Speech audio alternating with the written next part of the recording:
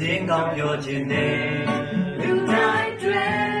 တရားမြတ်တာတော်ရှင်သက်စင်ကေဒီကြံလာတဲ့ဒီလိုချင်းလာမျိုးမှာဖရာရဲ့မိန်တော်တိုင်းလာခဲ့ပြီ